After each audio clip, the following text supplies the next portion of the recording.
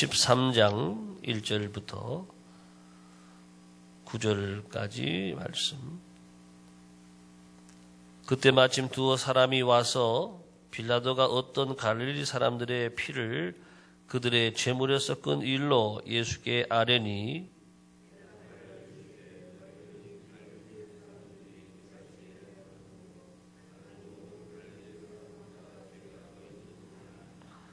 너에게 이르노니 아니라 너희도 만일 회개하지 아니하면 다 이와 같이 망하리라.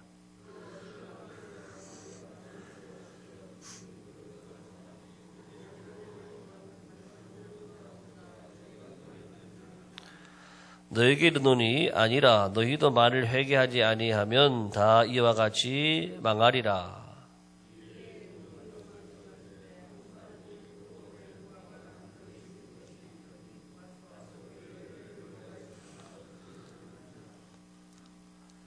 포도원직에게 이르되 내가 3년을 와서 이 무화과 나무에서 열매를 구하되 얻지 못하니 찍어버리라. 어찌 땅만 버리게 하겠느냐.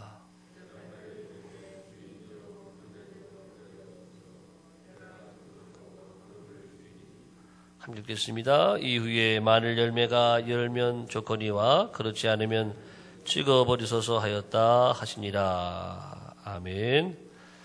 새로운 하루가 시작이 되었습니다. 오늘 하루도 하나님의 풍성한 은혜가 여러분 가정에 함께 하시기를 축복합니다.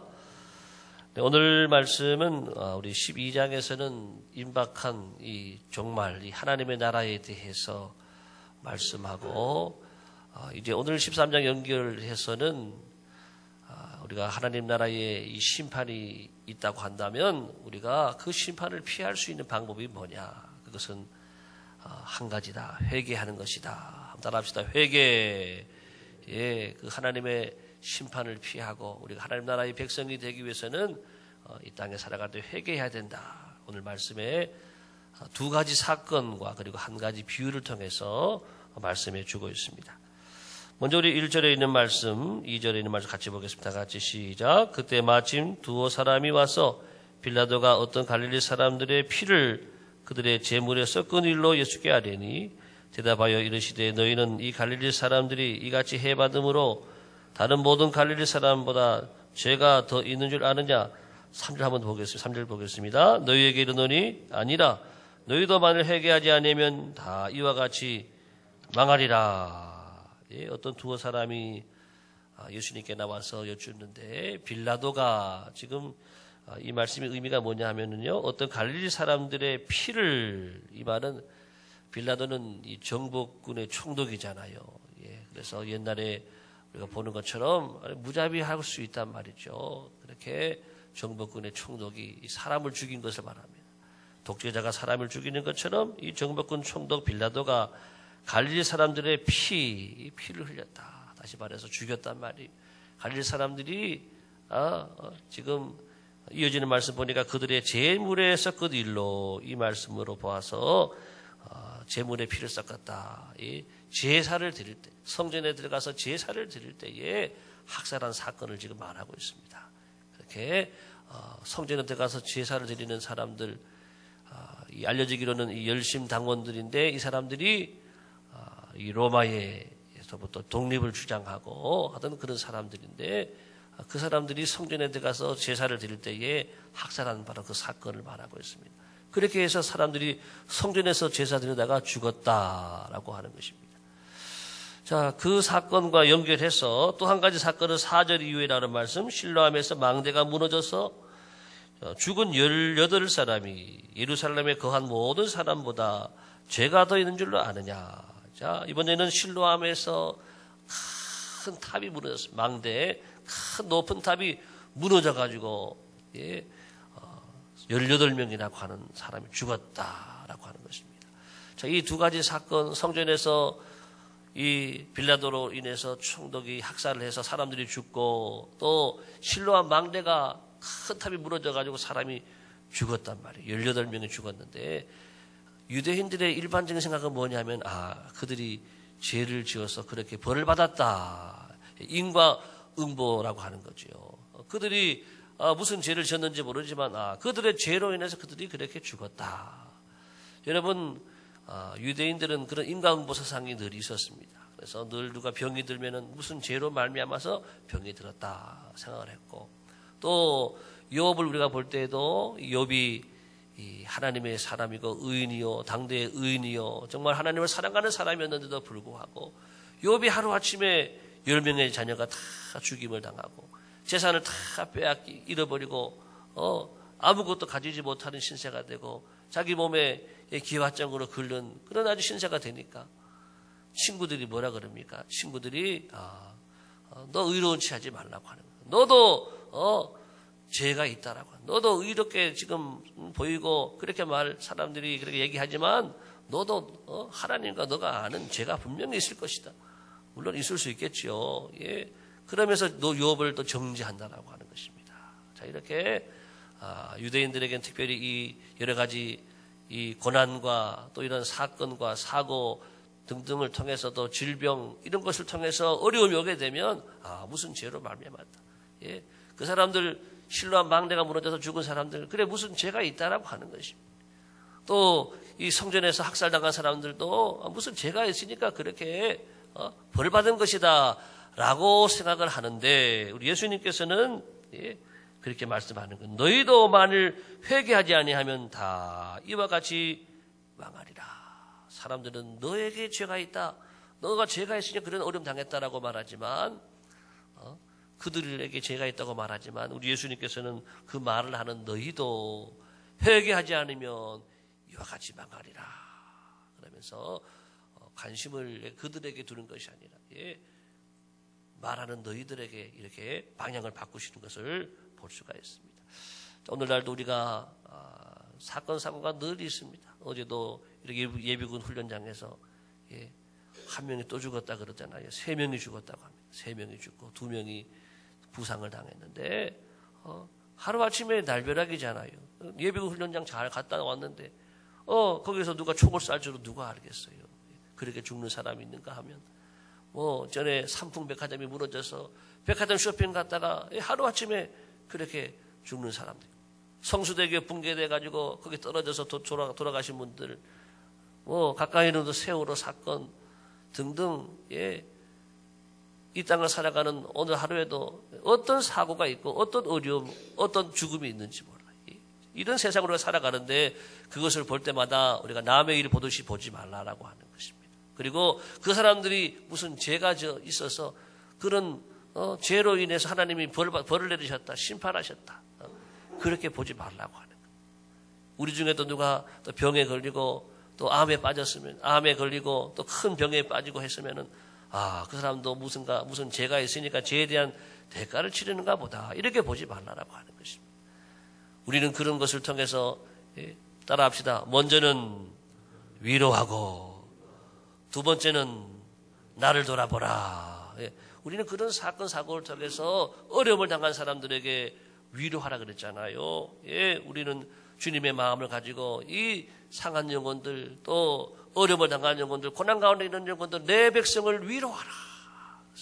우리 가까운 이웃들 가족들 또 어려움 당한 우리 내 백성들을 주님의 백성들을 위로하는 것이 우리가 먼저 해야 될 일이고 그들을 위해서 기도하는 것 또 더 나아가서는 그 일들을 바라보면서 내게 주신 은혜를 늘 기억하고 내게 주신 은혜를 우리가 망각하지 않고 주님이 나를 오늘 부르시더라도 내가 하나님 앞에 당당히 나갈 수 있는 사람인가 돌아보고 또 내게 혹 죄가 있지 않는가 돌아보고 우리 주님은 그들에게 관심이 아니라 바로 너에게 너도 이와 같이 회개하지 않으면 다 이와 같이 망하리라.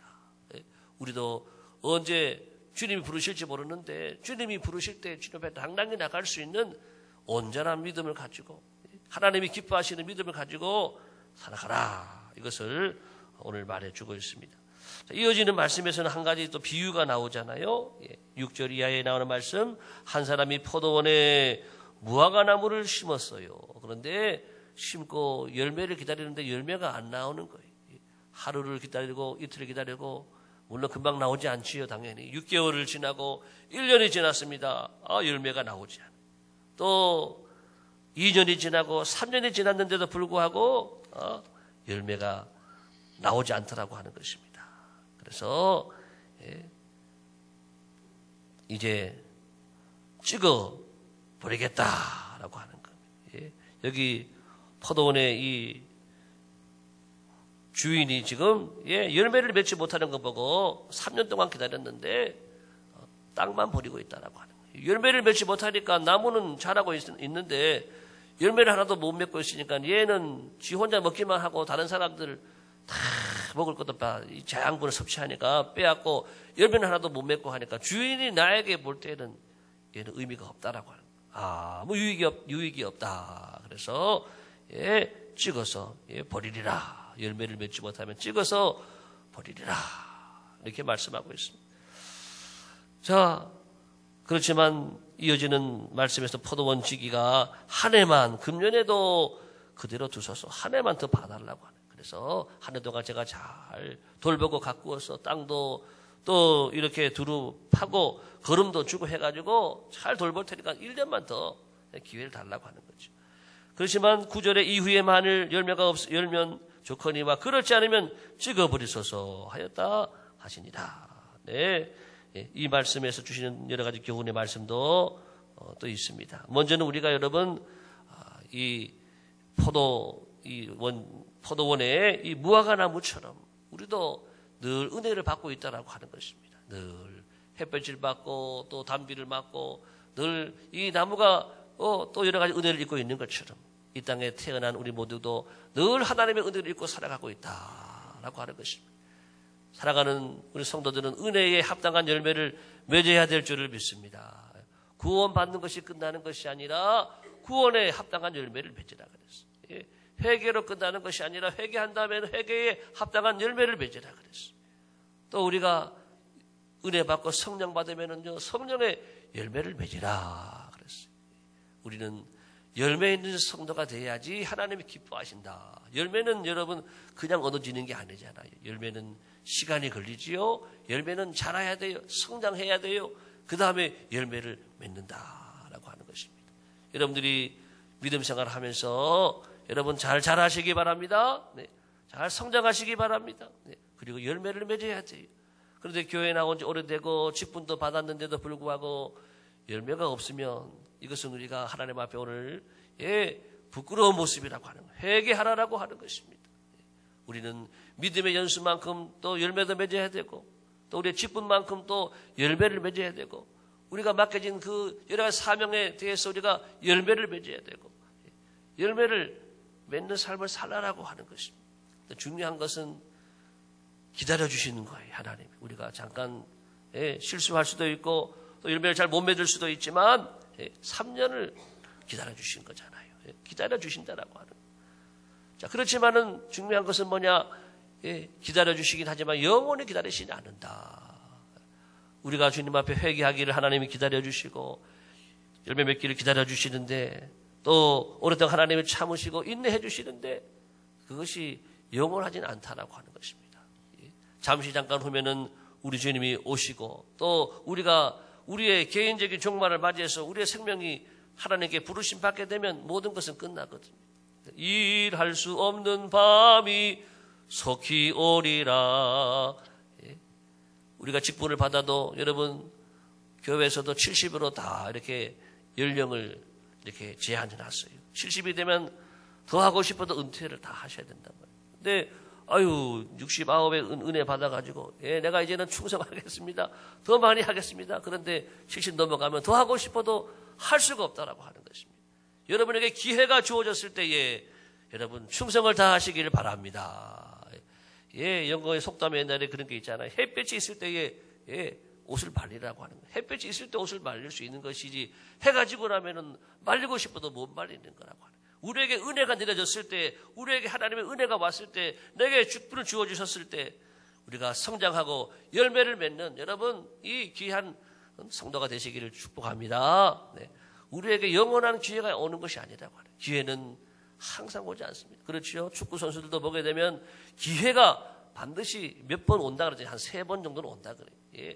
공격수들한테 최소한 한 경기에서 한 3번 정도는 골을 넣을 찬스가 온다라고 하는 거예요. 그런데 그 기회를 잘 살려서 탁 골을 넣게 되면은 그 선수는요, 아주 훌륭한 선수가 되고 크게 쓰임 받고 또 스타가 되는 거예요. 근데 기회가 올 때마다 놓쳐버려요. 그러면은 결코 스타가 될 수가 없다라고 하는 거예요. 여러분에게 주신 그 기회, 여러분에게 주신 이 사명의 기회, 또 일할 수 있는 기회, 또 이번에는 전도할 수 있는 기회, 블레싱데이 또 끝나고 나면은요, 또 조금 조용해져요. 전도 그렇게 많이 강조하지 않습니다. 그렇지만은 온 교회가 함께 전도를 이야기하고 이 전도의 기회를 우리가 삼아가지고 우리 시간과 물질과 온 교회 모든 이 영향력을 총동원해서 하게 될 때 여러분 조금만 애쓰시면은 하게 될 수 있는 줄로 믿습니다. 그 기회를 살리라고 하는 거예요. 이 기회를 놓치게 되면 몰라요. 또 주님이 여러분 불러가시면은 더 이상 우리가 일할 수 없는 그런 시간이 온다라고 하는 것입니다. 일할 수 있는 시간과 기회와 또 직분 있을 때에 충성하라. 오늘 말씀해 주셨습니다. 오늘 주신 말씀을 통해서 우리의 삶을 늘 세상의 여러 가지 사건, 사고, 환경을 통해서 우리가 그들을 위로하고 그들을 위해 기도하고 우리를 돌아볼 수 있는 이 아름다운 믿음과 우리에게 주신 이 기회를 잘 선용하고 열매 맺는 하루가 되시기를 예수님의 이름으로 축복합니다. 기도하겠습니다.